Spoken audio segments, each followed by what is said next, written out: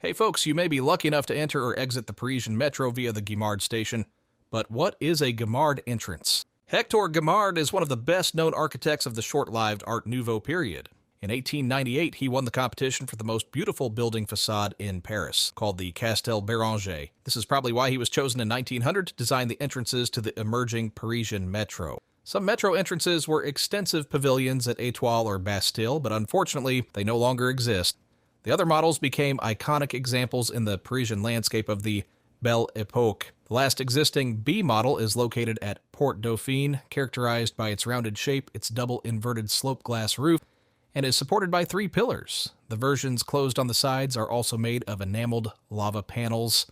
The general appearance earned the nickname Dragonfly by its beautiful arched and sloping design. The last existing A model at Abesses is a variant of the B model, which follows the same principles, with a more conventional and compact appearance. It features 4 pillars, an orthogonal bottom, and a roof with 2 classic slopes.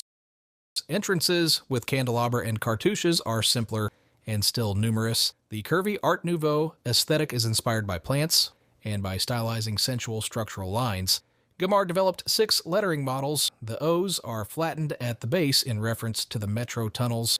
The 2 orange glasses imitate the appearance of molten glass and indicates the station entrance. Beyond the style, the modernity of Hector Guimard is the use of simple mass-produced materials, such as cast iron for the structure, stone for the bases, enameled lava panels, and glass for roofs. Between 1920 and 1960, half of the Guimard buildings were dismantled because they were considered outdated and too costly to maintain.